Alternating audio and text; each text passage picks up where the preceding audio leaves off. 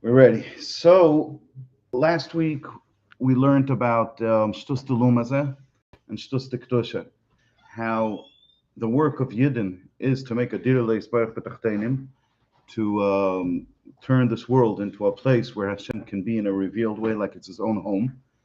And we explained that the work is to be done for every single Yid, that every Yid has to transform himself from where he sees things more like a human being to seeing things the way the Nefesh Elokis sees things, um, and behaving accordingly, of course. And he explained that there's this idea of Shtus Delumaza and Shtus Tektusha, where Shtus Delumaza is just the defaults and the set ways of this world and the way you see things and the way you behave and act accordingly. And Shtus Tektusha means the way you behave according to what the Nefesh Elokis expects of you to behave.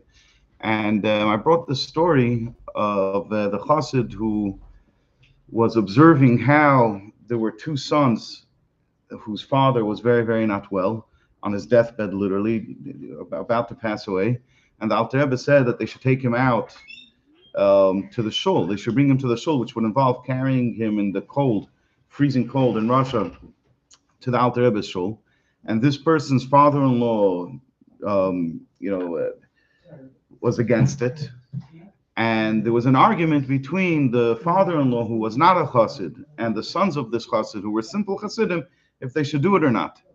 And this great chassid who was there, who came to bring the instruction of the Alter Rebbe, to bring the not well chassid to shul, was observing this argument between them. And I used it as where the old man, the father-in-law, the misnagid, was saying that it's murder. It's pashut murder to carry out a man who's on his deathbed, to carry him out in the freezing cold. And you can't just behave in a wild manner. Whereas the sons of the chassid were insisting that if the Alter Rebbe said that by bringing him to shul, he will have a refuah shlema, so then there's no question about it that he will have a refuah shlema if we listen to the words of the Alter Rebbe, the Navi, the Rebbe, the Baal Ruach HaKodesh, the tzaddik who gave this bracha and who said that this is the way it's going to be. And there was no question by them at all that they're not endangering their father's life. Not only that, they're saving their father's life by doing what, according to nature, seems like the complete opposite. And the chassid was observing this, and he thought to himself that here you have an argument between the seichel of the nefesh ba'amis and the seichel of the nefesh elokis. The seichel of the nefesh ba'amis, the human way of looking at the world and of understanding the world, says that if a person is sick and you take him out into the cold and he's on his deathbed, then you're going to cause him to die. And the seichel of the nefesh elokis says that if a rebbe says that by bringing him to shul he will have a refuah shlema, then he's going to live. And this is an argument between the two souls. The great chassid was marveling at the way these simple chassidim were able to follow the seichel of the nefesh elokis very simply. And I used that as a mashal for shtus telumaz and shtus tekdusha and the way we have to work on ourselves. But there's something that's bothering me about that mashal, because that chassid said that here was a rational argument between the seichel of the nefesh ba'amis and the seichel of the nefesh elokis. Not a matter of shtus. It wasn't a contest between shtus telumaz and shtus tekdusha. It was two different ways of rationalization, of thinking, of reasoning. That the seichel of the nefesh ba'amis was explaining things in one way, and the seichel of the nefesh elokis was explaining things in another way. But the Fidik Rebbe in his Maimer talks about shtus tekdusha and shtus telumaz. So I thought maybe somebody told me a beautiful story that I thought perhaps could serve as a better mashal of a shtus. In other words, shtus is something that's not because it makes sense.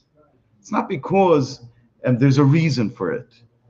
Shtus is pshat that this is just the way it has to be, based on everything that you feel, everything that you accept as right and correct. It just has to be that way. So let's see if we could bring a mashal for this. From this story, Rabbi Yossi Gerelik from Anshe Lubavitch told me the story that he's from Italy, and there was an Italian, a cultured Italian Jew visiting Crown Heights, and a real European, and he asked Rabbi Gerelik where he can buy some Judaica. So he told him, you want to buy Judaica? He said, go to Mishalavins. So he says, okay, fine, I'll go to Mishalavin to buy what I need. What time do they open? So he tells him 10 o'clock. This guy's shocked. A business opens at 10 o'clock. Well, what kind of thing is this that you don't get to work? You got to work. Well, you get to work 7:30, 8, 9 the latest. You don't get to work until 10 o'clock. I mean, these are cultured European and Italian.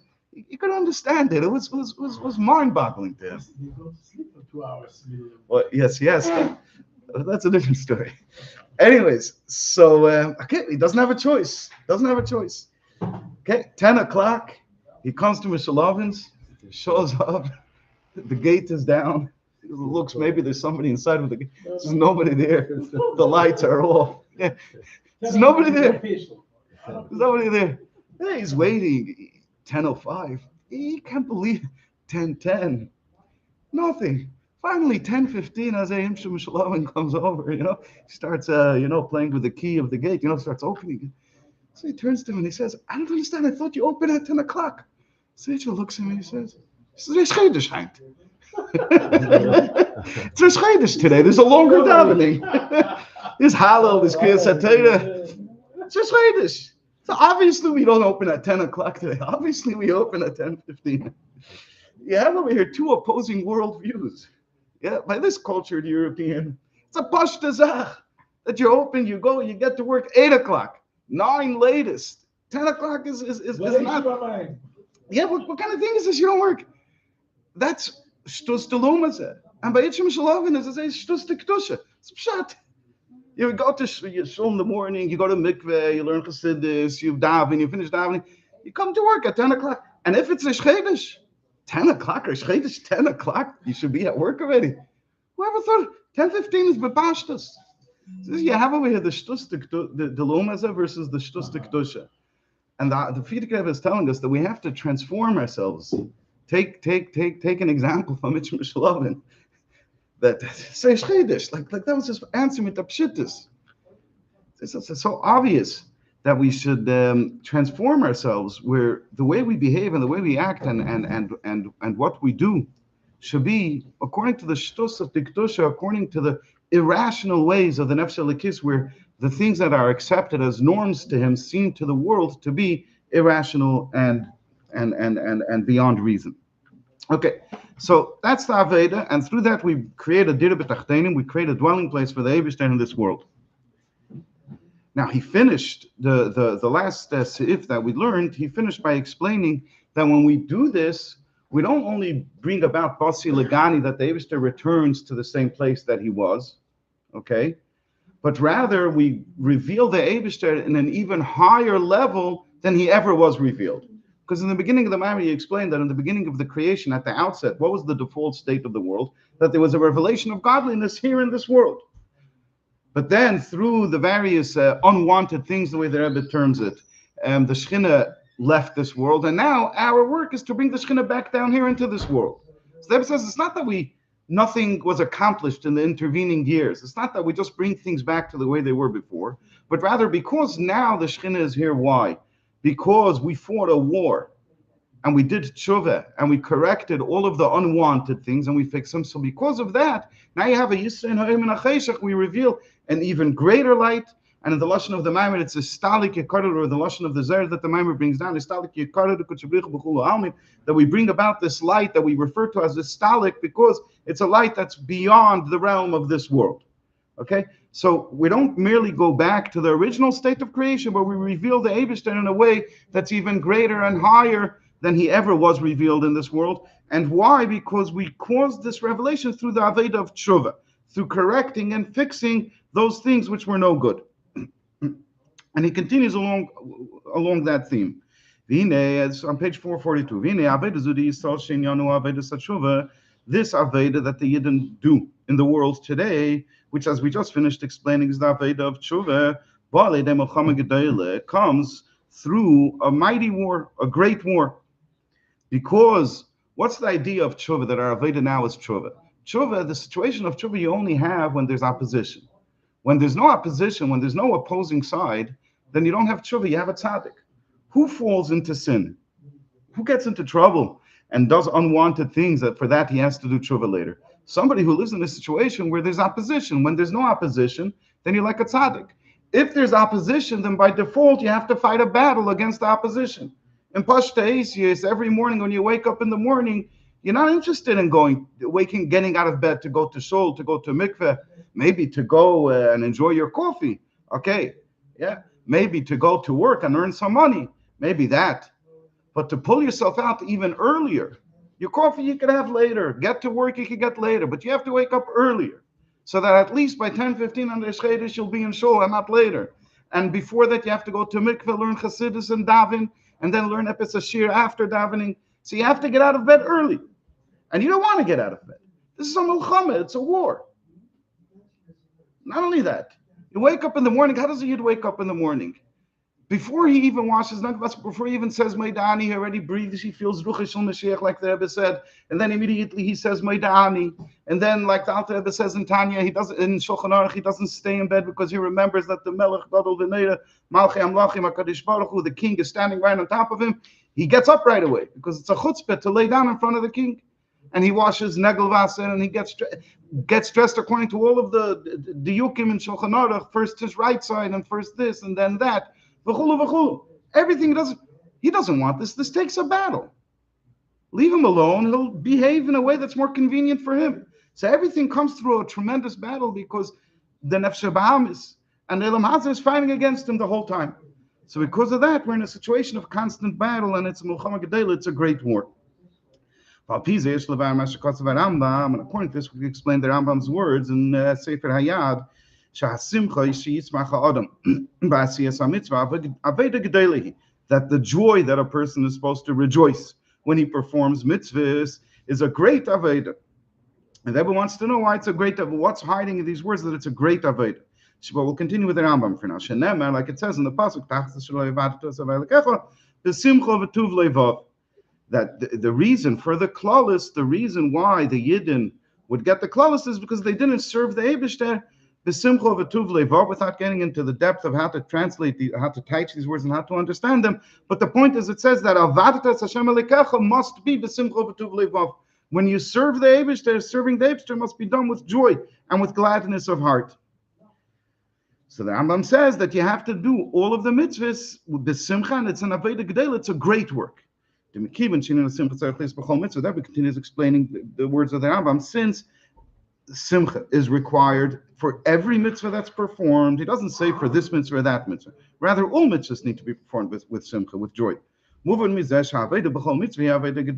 understand from this that every single mitzvah is a great aveda, because to serve the Eibishter with simcha is a great aveda.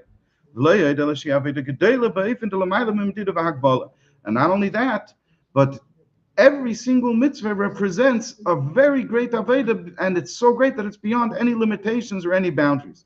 Like the Rambam describes this simcha that you need to have when you perform a mitzvah. He brings a description and a proof from David HaMelech. David that when David HaMelech was leading the Aron towards its resting place in Ir David, when he brought it back to what would later become Yerushalayim, so he was dancing in front of the oil, in front of the Aron, with a absolute, I don't know how to describe it which words in English, if somebody knows, but he let loose ecstasy, complete ecstasy, and his body was moving very wildly, in a very undignified way, not a manner that befit aristocracy, nobility, the king. It's described that David's wife, Shalom Melech's daughter, who was born and was raised to aristocracy in the house of the king, so she found it distasteful that the king would be doing it. In other words, David HaMelech let loose completely. He went beyond his tzir, his state in this world as being a dignified king, and he just danced with all his might and with full force. And the teaches in the Rambam that when we have joy, we have to have the joy similar to David HaMelech's joy, that our joy goes beyond any limitation and beyond any boundary, extreme and absolute joy. So the Rebbe is trying to understand why is every single mitzvah an Aveda Gedela? From the Rambam saying that you have to do every single mitzvah with simcha, and that this is an Aveda Gedela, we understand that every single mitzvah is Aveda Gedela. But some mitzvahs I can understand is an Aveda Gedela. Other mitzvahs don't seem to be an Aveda Gedela. Why is every single mitzvah, even the so-called minor ones, an Aveda Gedela? So the Rebbe explains that the reason for this is what we just said before. The Tama Davar Shesach Lis Aveda Gedela became mitzvahs. Why you need tremendous work and effort in fulfilling all mitzvahs. It's because it's a war, because there's an opposing side.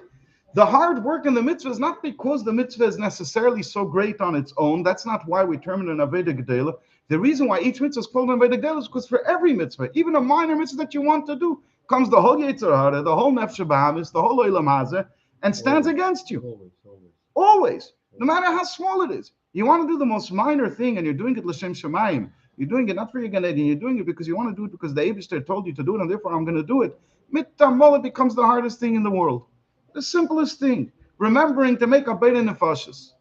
How hard could that be? Waking up, you could say it's a mitzvah. So you could say that that's taka a big aveda. Go to sleep late. You could say that waking up is especially if you wake up the way the Shulchan Aruch describes it, either before dawn or even by chatzos. So waking up could be a big aveda, but the Shulchan Aruch spends quite a bit of time, quite a few lines explaining to you how you have to wake up, but and get out of bed and not lay before the Eibishter, who's the king of the whole world. But the point is, whatever the mitzvah is. So is the size of the mitzvah, the rule of it, is it because of the consequence more so than the effort involved? Is that kind of what's being described here? Over here, yes. Okay. Over here, yes. Okay. In other words, in general, trying to measure mitzvahs, you get into a lot of problems. Is the famous Avart in Pirkei Avos,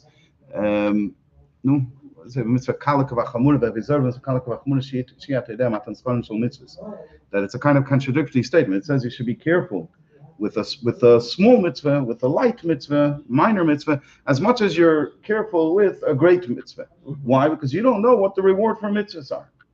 So it's a kind of contradictory. On the one hand, he's calling one great and one minor. And on the other, right, so it seems obvious, intuitive, that the great one has greater reward. Then he says, no, you don't know which one you're going to get a greater reward for. So it's like a bit of a contradictory statement.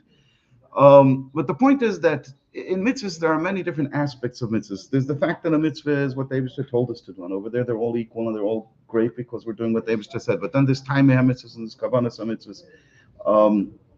And there's what the mitzvah accomplishes, like you mentioned. So it's a very, you can look at it from many different dimensions, from many different aspects. Over here, he's looking at it from the dimension of that every single mitzvah is great. Why? Because it requires overcoming the war that's being waged against you when you go ahead to do the mitzvah. And it's because of that all mitzvahs are equally great. They all require overcoming the Yetzer Hara. I guess maybe to make it more simple, how would you, in this context, how do you define greatness? Is that supposed to be a question without an answer? In other words, we Yeah, don't really have. We don't. I'm genuinely asking. Oh, I don't know. Yeah. Okay. What I said was kind of my initial answer to you. Yeah. I don't have the tools or whatever to okay. to measure what's great. Yeah. It's the Eibishter's, things. It's his mitzvahs. Yeah, I said so. Like, we're saying like, there's the greatness of a mitzvah. What does that even mean? So let's try to first say where one could think along these lines of one mitzvah is great and one mitzvah is small, and that is when we reason about the mitzvahs with our own mind, from our own perspective. In other words, looking at mitzvahs as behaviors and ways that the Eibishter gave us human beings so that we behave in a proper and a good way. Yeah. So in that case, we could start looking at them and start measuring them. Feeding the poor, that's a great mitzvah. Hachnasas kala, helping a kala be ready with everything that she needs for her wedding day, that's a great mitzvah. Wearing tzitzis doesn't seem so great to my nature, where I want to put more of the focus on studying Torah and accumulating vast knowledge in terms, never mind being mechadish in Torah, being innovative and writing books with novel ideas. That's a great mitzvah. Making a bracha before you eat something, a minor mitzvah. Right? This is by my way of reasoning, by what is accomplished through my study and how magnificent is the thing which I achieved through my mitzvah. It seems like I could try and divide mitzvahs. So what we're saying is that don't even try to do that. We're not talking about if mitzvahs were merely things for me, behaviors for me. So I make a bracha to show appreciation to the Eibishter and to ask him permission before I eat his food. And then after I finish eating, to show appreciation, to say thank you for the food. So that's about me having good manners. Sort of the equivalent to sitting down and holding the fork with the right hand and the knife with the left hand and not putting your shoulders on the table. It's good manners. No, by a meal, at a meal, at a meal, right? Whereas, saving somebody's life, oh, that's already, I created a human life. I sustained a human life in this world. That's a great, okay. Like I said, that's all if mitzvahs are for me. If mitzvahs are the Eibishter's mitzvahs, then suddenly, where do you start and where do you end? What's big and what's small? But Al Capone, fine, that was enough of a discussion on that. When they get to this moment, he's looking at it from the point of view of that you need to put in tremendous amount of effort and you need to fight an entire war to do any mitzvah. To do any mitzvah, the Yitzhak comes and says, don't do it. So now that we know that our work in this world is to draw down a higher level of godliness than existed at the creation. And now how can we do that? Because we're working in a world of opposition where there is war. He's going to go now and explain that therefore we're also given extra strength and higher light and powers from the Eibishter in order that we should be able to achieve this mission. Because we're in a situation of war. And he explains. I'm sorry,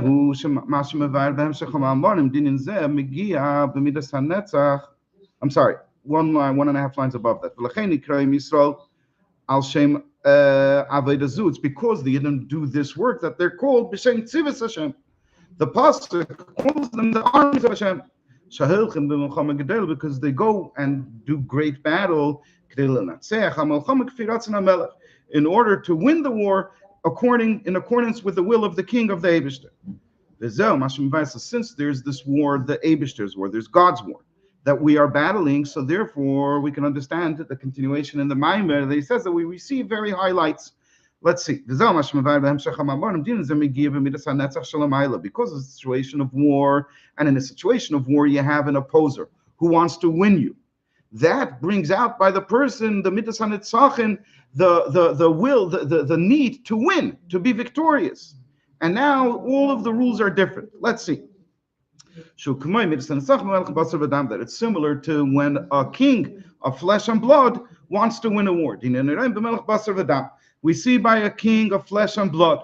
I'll just add a few words of explanation based on the Fitik of his Maimer, that when he has all of his treasures and he has them stashed away, and he usually doesn't care enough about anything to spend it on those things. In regular day-to-day life, when there's nobody rising up against the king to oppose him, when he has no enemies, so then he leaves his treasure for himself. Why? Because these treasures are too precious, and in normal circumstances, he doesn't spend them. What does cause him to spend them? An interesting thing, that somebody is opposing him. Somebody says to the king, I am going to go against you. Now the king loses his mind. He takes everything that he has and his very life, as we'll see in a moment, and he puts it on the line for one thing. Why? Because somebody dared disrespect the king and say that I oppose you. Everything is gone. Everything is lost now. So let's see insight. In order to overcome and to be victorious over opposition and enemy, he wastes or he gives freely all of the precious treasures, which was collected and put together for generations from his fathers, the kings who preceded him. And until this point where somebody opposed him and now he feels the need to win, to be victorious, he never used them for nothing. Not only that, these treasures are hidden and concealed. They're sealed off. Nobody's even allowed to see them. It's for the king alone.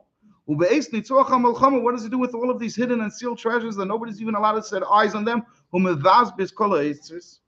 he freely gives without any accounting. He just opens up the floodgates and he lets them lets them out and he gives them. He provides them. His very life, the king puts in jeopardy in order to be victorious, in order to win. And certainly he wastes his treasure. And to who does he give it? That's point A in the mashal. Okay, that opposition brings out something that was never there before, which is the attribute, the characteristic of winning, of being victorious. And this is has a very powerful effect on a person, that he risks everything for it, for the sake of winning, if he's a king. Other people do it even if they're not kings, and it's not necessarily a good thing. Of Al Kapon, we won't get into that. So the second point in the mashal is, who does he give this treasure to? He hands them over to the commanders and to his generals and ministers of war. But why does he give it to them? So that these commanders and generals and ministers should pass these treasures along and place them in the hands of the simple soldiers, because they are the ones who actually bring the victory to the king. Okay, that's the second point in the mashal, that to whom does all of this treasure go? It goes to the foot soldier. Because who's the one who's going to win the war, who's actually overcoming the enemy? It's the foot soldier. Maybe the minister or the commander, the general, is standing from afar and making a plan, but with his plans he won't win the war. It's the foot soldier who actually wins the war, and therefore the treasure is given to the foot soldier to equip him with everything he needs and to feed him, etc., so he should be able to win the war. Now let's see what this means in the Nimshal when we get to the situation that we find ourselves. We're in the world after the Chet Tzadas. We find ourselves in a situation of war, a world of opposition where war needs to be waged. In order so that the Yidden should be victorious and win this war that they are waging against the ways of Elam Haza and the darkness of Elam Haza, which hides the Eibishter. And this is called Netzach Yisrael. It's called Netzach Yisrael because it's connected with the midah of Netzach above in the spheres, the Hamelech Shalom Ayla, which this has to do with the sphira of Netzach in Atzilus, L'mayla. So since this touches on the sphira of Netzach, so the heavenly king opens up the treasure, he gives them everything. Now 443 on the top. 443. Turn it the other way. In order that we should win the war. The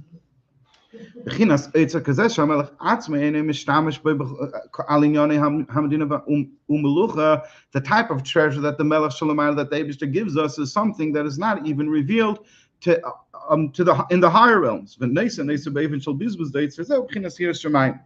this treasure is Yiras Shemaim.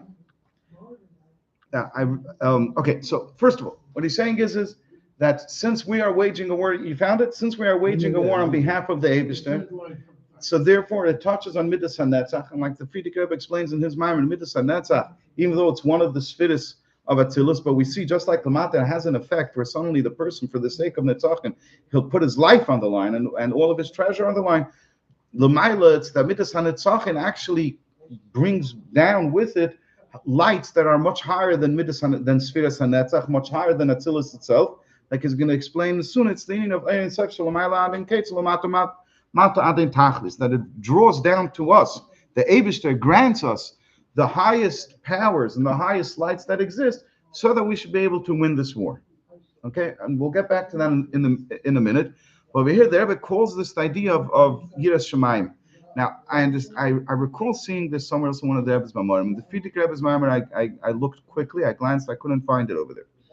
So I'm not sure how this idea of Yiras Shemaim fits in. Well, we'll just learn it literally stated as the way the Rebbe says, that this treasure, and Mitzvah one day we'll find the place where it's explained, that this treasure, the Eitzer, Zehu B'chinas Yiras Shemayim, this Eitzer, this treasure is Yiras Shemayim. Where do we see that Yiras Shamayim is called a treasure? Chazal say on it, Hakol b'dei Shamayim chutz mi Yiras Shamayim, that everything is under the control, is in the hands of heaven, is determined by heaven. Besides for Yiras Shamayim, fear of heaven, that's up to the person. The Eibishter leaves that in the person's hands, that he should be the one to decide and to work on having fear of the Eibishter. Yiras Shamayim. Sha'etz is an itan l'bnei Yisrael, that this the Eibishter gives us. It's something that is not b'dei Shamayim, just like the treasure. The king himself doesn't use the treasure, but rather he gives it to the soldiers. So to Yiras Shamayim is this thing that's the Eibush doesn't have kivyochel like it says in the Gemara, but rather Yiras Shamayim is given into the hands, is placed in the hands of the Yidden, and the Eibush gives this to us b'shvil mitzvah hamelchama, in order that we should be able to win the war. And to my best understanding is that this ability of a Yid to have Yiras Shamayim, the fact that a Yid can have Yiras Shamayim, that living as a human being in this world, he should be able to be guided and governed really by his fear of heaven. This is an idea that of an eitzah that's given. It's beyond the realm. It's beyond the ability of a person, if not for it being something that was given to us from above. And it's this treasure that we have, that a Yid has within him the ability to have Yiras Shamayim, that we have to go and fight the battle. In other words, we shouldn't be fighting the battle with our mind. We shouldn't be fighting the battle with our heart. This battle needs to be fought with the treasure that the Eibishter gives us, which is our power, our quality of Yiras Shamayim, our attribute of Yiras Shamayim, this that we have Yiras Shamayim. And what's this Eitzar in the heavenly worlds? That regarding this Eitzar, it says in Tikkun Zohar, that the Ein Sof, the infinite light of the Eibishter, extends or goes all the way up without any end, and also goes all the way down without any end. Okay, so from here till the end of the Maimer, we're going to have a lot of concepts that are very subtle and difficult to understand. Many of them require Ma'amorim on their own, but we're going to learn it. And sometimes, like my Mashpia told me, it's important to know in Chassidus that it's not the Chassidus isn't something that you understand. the definition of Chassidus isn't something that's understandable. The definition of Chassidus is a likus, is godliness. Chassidus is godliness.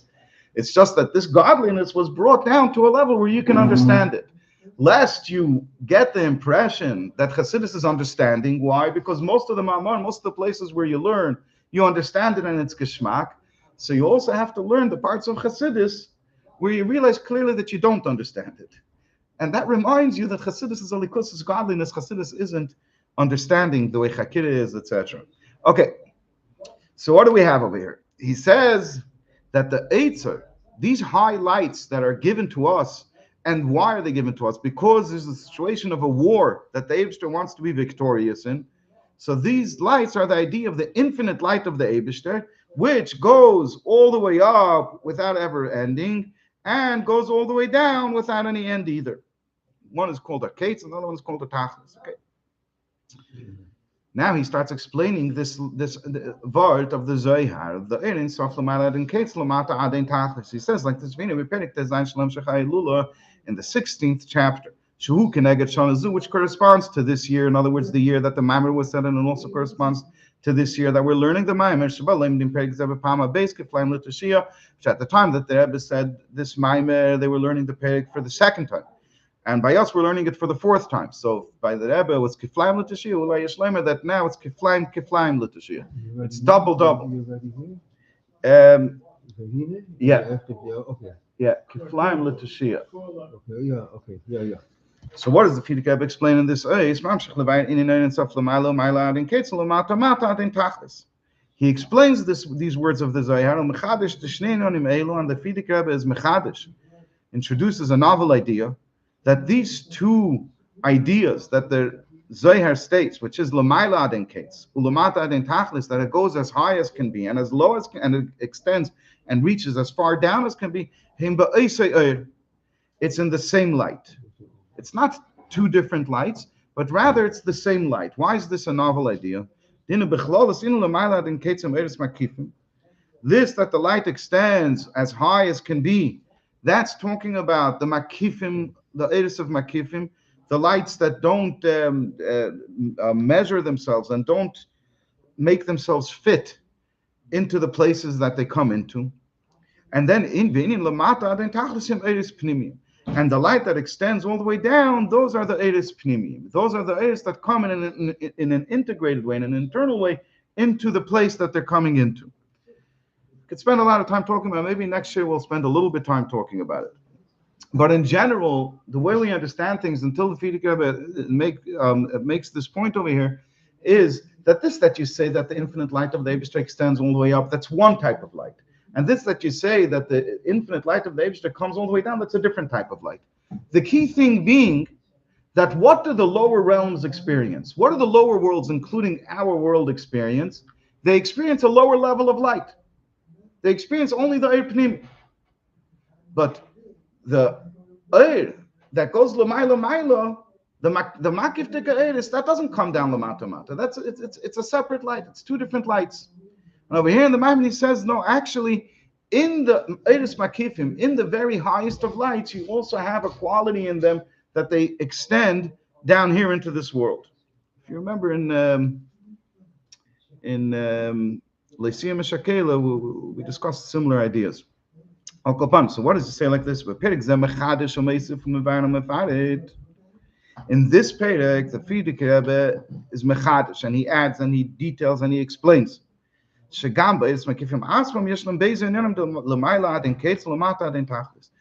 Eiris Makifim themselves, you have this idea that it extends all the way up and it comes all the way down. These two directions and ideas in the light of going all the way up and extending all the way down, they're two different levels in Makif. They're what's called Makif HaKarev and Makif HaRachik. The near Makif and the distant Makif. We're going to explain it next week in Hashem in the coming chapter, so I won't get into it now. Or maybe Mashal al Zemeirav Mashpia Seichel Talmidei, and the Frierdiker Rebbe brings a mashal of the Makif HaKarev and Makif HaRachik from a teacher who is infinitely removed. He's be'ein arayich, greater than the student that he's teaching to the Talmidei, and he's trying to explain to him to the student what the teacher understands. We're talking about a difference between teacher and student, like the difference between a Rebbe and a Chassid, where the teacher is truly, or Moshe Rabbeinu and the rest of the Yidden, where the teacher is truly on another level from the student. The depth of the seichel that the student cannot understand, and that's what we refer to when we say makif. So it has in the two levels. Makif HaKarev HaShayach L'Gilui, Makif HaRachik Shtunel Be'etzem. There's the near makif, which has some sort of relationship to the revealed seichel that the teacher teaches the student, and then you have the Makif HaRachik, which is essentially hidden and concealed. It's innately hidden and concealed, and it doesn't have anything to do with the student. In short, and as an introduction to what we're going to learn next week, the Frierdiker Rebbe explains that there's Makif HaKarev and Makif HaRachik. Makif being something which is beyond us, okay, beyond the place that the light is supposed to come to. It's beyond him. It's Makif. It's Makif Aleim, the way that in the words of the Alter Rebbe and Tanya, that it's something that surrounds us from above, because it can't come into us. Okay? And in this, he says there's two levels, and he brings an example of a teacher. That when a teacher, like a Rebbe to a Chassid, who's trying to explain something to the student, he's in a different world than the teacher. There's no place to meet. The way the teacher understands it is on a whole other, it's a whole other way of thinking, entirely different way of thinking. He can't even begin to explain it to the teacher. So in this seichel, in this understanding that the teacher has, there's two levels. There's one of them that's a makif hakarev, that even though it's beyond the student's comprehension, nevertheless, within the teacher, it already has some sort of connection to the student's way of thinking. And then you have the makif harachik, which is the way the teacher understands it on his own, in his own way of thinking, without any connection to the world of thought and to the ways of understanding of the student. That's makif harachik and makif hakarev. Mitzvah Hashem will continue next week. Yeah.